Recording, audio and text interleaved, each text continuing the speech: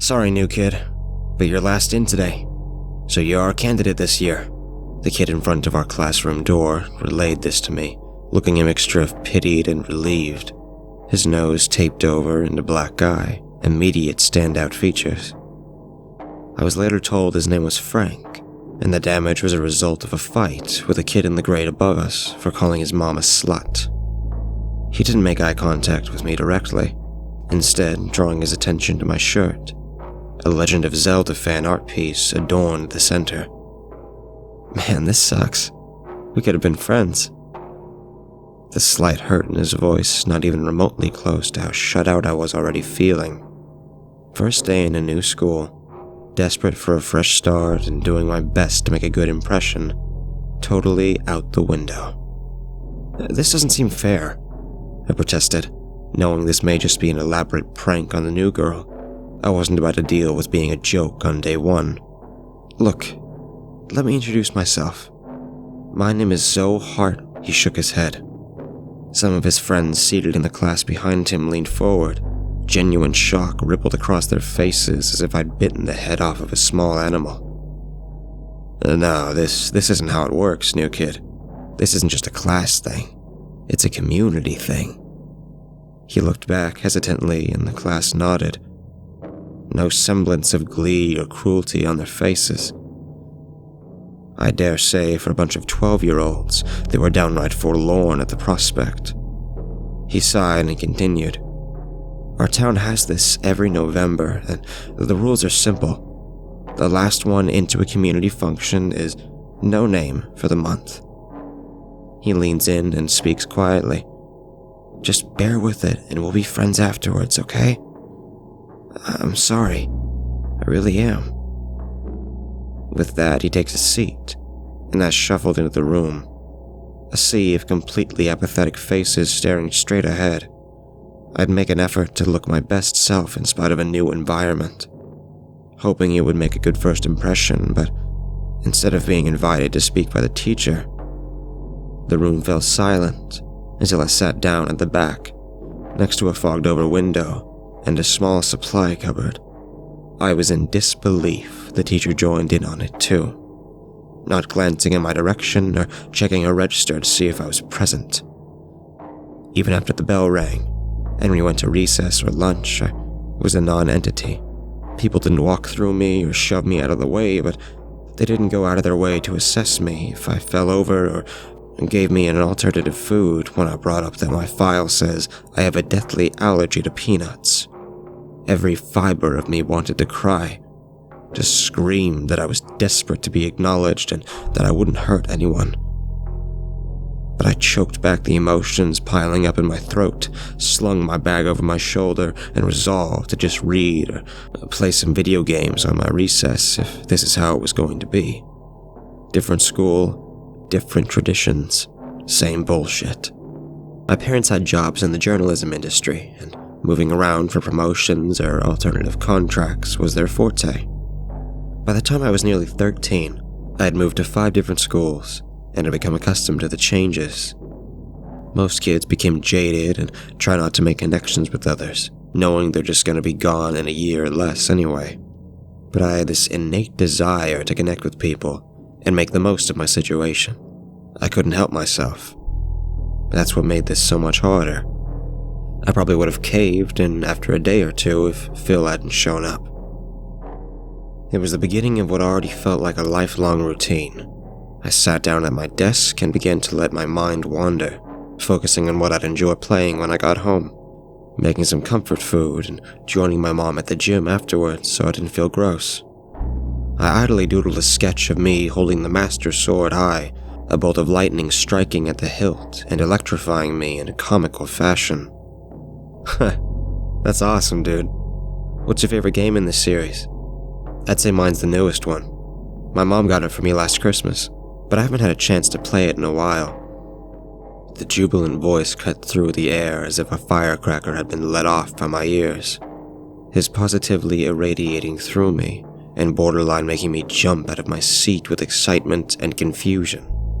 Startled at the notion of someone talking to me, I snapped my pencil and the entire room freezed. The boys at the front next to Frankie turn to him and whisper. The slightest of side glances in my direction, and they shake their heads at the both of us before turning back. I turn to look at him, and I see a mess of spiky black hair, a dusty red flannel shirt with sleeves underneath, the sweatshirt logo a Dark Souls reference. He looked like a kid completely out of time, but very comfortable in himself. He smiles at me and seems to be waiting for my reply, but for that brief moment, words had failed me. A Twilight Princess, I stammer, my hands fumbling over one another. I really like the dark plot, and Midna's so cool. I'm confused, but the joy of conversation overtakes me, and I decide that if I'm going to be ignored for tradition's sake, I may as well get over it by now. I'm Zoe, by the way. Zoe Hardwell. But instead of being repulsed, his eyes light up. He beams at me, offering out a hand adorned with various faded concert tags and festival markers. I'm Phil Faulty. Good to meet you, man. He gave me a fist bump before leaning back in his chair. The hinges squeaked as he put the rubber of his pencil to his lips, tapping it contemplatively as he studied me. The lesson around us seemed to continue without any notice of our discussion. You're the new no-name, aren't you? He says after a few moments. My face sags, and I feel the inevitable rejection imminently approaching. Yeah, I guess you don't want to be friends now, huh? I say, my body language matching my face as I hunch over my work, preparing to draw silently for the rest of the day. A friendship dead on arrival. To my surprise, he leans forward with a satisfying thump and turns towards me, still smiling. Nah, I was the no-name last year. I know how it goes, he declares almost matter-of-factly, the positivity refusing to leave his voice once. But Frank and his friends said that this is tradition, I replied, nudging my head towards him as he took notes from the class. He didn't seem like a nasty kid, so much as just one caught up doing what was asked of him. Phil made an audible acknowledgement before turning back to me. Well, he's not wrong. This is tradition. But, well, I always wished I had a friend throughout that shit, and I guess I just want to do that for you, you know? I immediately felt more comfortable around him, and the more he spoke, the bolder I felt. Won't they, cast you out again permanently, or beat you up? He laughed, shaking his head. Nah, nothing like that. But even if there were punishments, it wouldn't matter. I'm not really acknowledged at all around here, lately anyway. So no harm done. He patted my shoulder before the bell rang and the class shuffled out for lunch. I saw a chance to bond and decide I had nothing to lose. Phil, I brought lunch from home since I'm allergic to the stuff here. You want to split it and play some Animal Crossing? He smiled so sincerely, nodding silently as I grabbed my stuff before heading for the door. What happens if you eat the food here? Does your head swell up and burst? He asked, imitating the sound of a popping balloon with blood chunks spraying everywhere. I laughed for the first time since I got to this town. No, nothing like that. I just choke and die without an epinephrine. Come on, let's go. I'll even let you visit my town if you promise not to dig holes in the garden, I say, teasing him with a jovial grin. I wouldn't dream of it. There's never anything good to find in secret holes anyway, he dryly replies before shoving me and laughing at his own terrible joke. The next 2 weeks were comparable bliss to those first few days. While the rest of the class refused to acknowledge me, and even some store attendants around town would only take my money and nothing more, I felt it to be tolerable with Phil by my side. He'd show me around the school and tell me all the best hiding spots, sharing legends I was 99% sure he made up to impress me.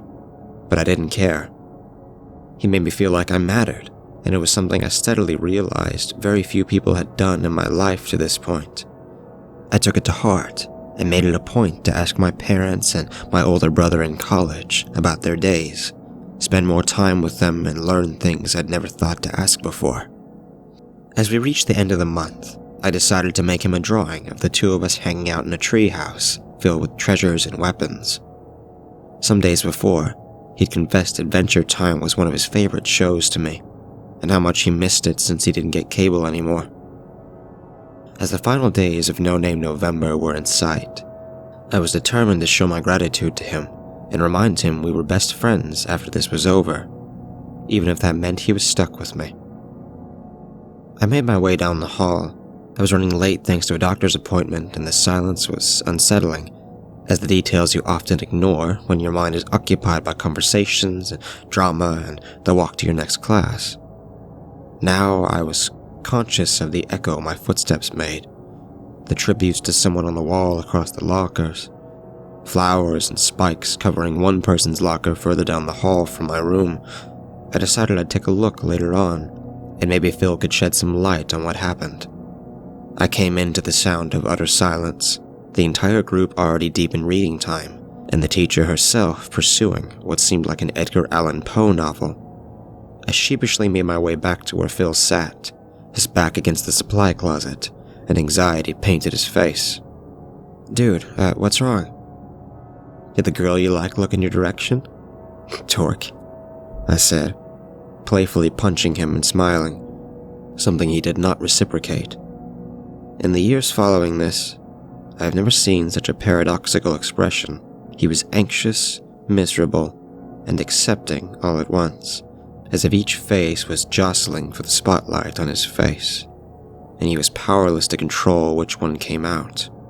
He flashed me a smile before a grimace replaced it, his knee twitching incessantly. "Zoe, I'm leaving today. I'm being transferred." He looked so ashamed of himself, but he didn't break eye contact with me. I knew from the moment we spoke that I'd be leaving at the end of the month, but I wanted so badly to stay with you and to be friends that I just... His eyes welled up, and he sniffed, wiping them with his sleeve. "I'm sorry I was being selfish. I just didn't want you to think I'd abandon you when everybody else is still ignoring you." I didn't know how to respond. I wanted to yell at him for keeping it from me, to slap him even. But I knew how important this last day was, and I took in a deep breath before flexing my fingers on the table in front of me, grabbing my textbook and putting the drawing I made on his desk. The tension in his body ceased as he held it up and stared at it. For a moment, I couldn't see his face, but I could still hear him whimpering. He held it to his chest and with his eyes closed, simply said, "Thank you, Zoe." We spent that final day making terrible jokes at each other. At each other's expense, making plans to stay in touch that we knew we could never truly keep, and sharing a hug that lasted a little bit too long. His arm draped over my shoulders as we sat in the hall and waited out to the last few minutes before the final period. "I meant to ask. I saw something in the halls and it looked like there was a kind of tribute on one of the lockers. What's that all about?" I asked, knowing I'd probably forget if the school really did start talking to me soon after. "Oh, that's my locker," he said matter-of-factly, twirling his spikes with his free hand. "They heard I was leaving, and I guess they wanted to give me a good send-off. Pretty sweet, huh? I've come a long way from the kid in the crawlspace." He laughed heartedly as I chuckled, not sure what he meant, and assuming it was an embarrassing time in his life, not wishing to pry. The bell rang, and we made our way to the door. Everyone else had already shuffled in as we lingered outside, preferring to go in once the class had settled. "If you don't mind, Zoe, I'm gonna dip here," he said, the positivity now with an air of reluctance. "I'm not big on goodbyes, and I don't want the class to sing me out. Don't need anyone seeing me in tears as their last memory." I felt my heart sink, but I nodded and wrapped my arms around him. "You'll always be my best friend, Phil. No matter what else happens, okay?" I said through muffled sobs. He chuckled. "I know. You too. And hey, if you ever need to be reminded of me, you can just go to my hiding spot. You'll always be able to think of me that way." He took me by the shoulder and wiped the tears away. kissing my forehead. I felt a surge of butterflies as he smiled at me. Check the crawl space. You'll know what you're looking for. You've got a bright future ahead of you, Zoe. Just make sure you're never here studying alone, okay? You never know what kind of weirdos will try their luck, and you're too cool to end up with one of them. He flashed me a grin before backing off and running down the hallway, turning the corner and disappearing from my life once and for all. I took a few moments to recompose myself before going back into the class to the sound of thunderous applause and smiles. Every student that I would have once described as a gray shell of apathy, now all full of their own vibrant colors. Freckles and curly hair jutting out at me. Accents and body types I was oblivious to before, now suddenly immediately obvious. At the front, the teacher and Frank stood with smiles on their faces. Frank outstretched a hand that I took on autopilot. Congrats, Zoe. You made it to the end of No Name November and you didn't crack once. You're officially a member of the community now. He leans in closer. And I'm honestly so sorry about this. I really did.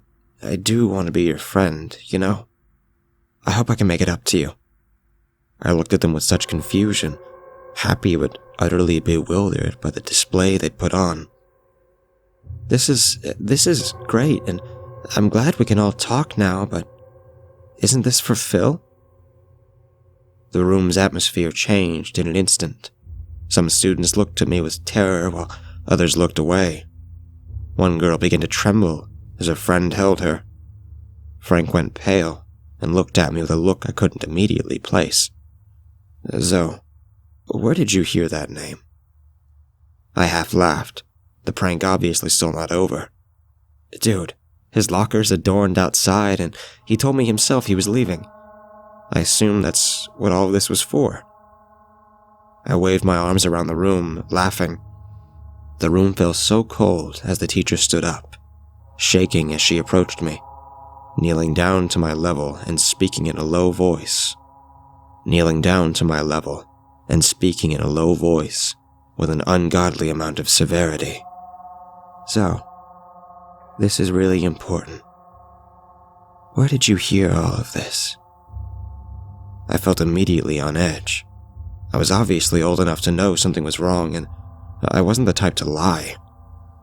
If Phil is in trouble for skipping, I don't want to be the one to get him into anything before he starts his new school, I began, her eyes widening as she motioned for me to go outside with Frank, instructing the rest of the class to stay in there as we spoke outside. I could see Frank shaking, holding back tears as the teacher tried to calm him. Zoe, that locker isn't for Phil leaving. He went missing a year ago. Frank's voice was trembling as his composure was rapidly failing him. He's my brother.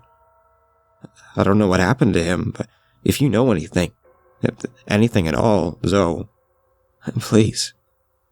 I never heard the register before calling out in class, so I never noticed the last name. My knees felt weak. I never looked at the posters adorning the locker rooms that said, missing since 2013. My stomach turned over, and every emotion was turning into bile. I never inspected the locker that was covered in tributes from classmates and teachers. My vision began to blur as I leaned against the locker and began breathing heavily, the teacher trying to keep me calm as Frank looked on, confused but distraught. Supply closet. Crawl space. I breathed over and over as I felt my body give out and the sounds of rushing filled my ears before a series of frantic bangs, screaming and alarms rang out to black. Phil had gone missing during his own nomination of No Name November. He'd been silently working away for the first couple of weeks, walking home with his little brother, Frank, every day, while their mom was working a double shift to pay bills. One day, he simply didn't meet Frank to walk home, and it took Frank nearly 12 hours to report his brother missing due to his mother's second job working nights at the bar. I was cleared very quickly of any suspicion since I only came into the state a month prior, and I wasn't mentally able to deal with the conversation of Phil not being real. They chalked it up to hearing from someone else at the school and launched an investigation. This, of course, yielded nothing. Phil had been stuffed into his crawl space behind the supply closet in the class. They still don't know how he got there, or if someone put him there.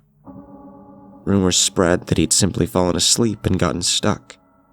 I wanted so badly to believe them, and so did everyone else.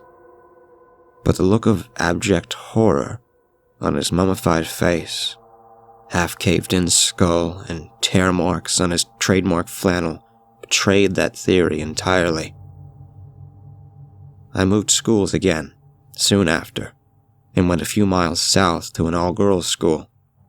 Socializing became something I struggled massively at, but Frank helped with that. Understanding one another's grief brought us together, and inevitably, we ended up becoming close. Still, in this town that still carries on the tradition of No Name November.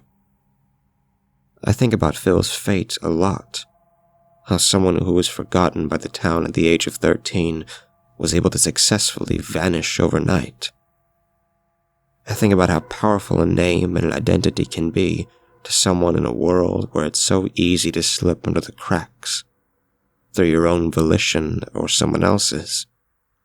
And as I look over a sea of unmarked graves in my town, I think about how lucky I am to have someone like Phil guiding me, to ensure I survived my own No Name November. To ensure I wasn't forgotten, too.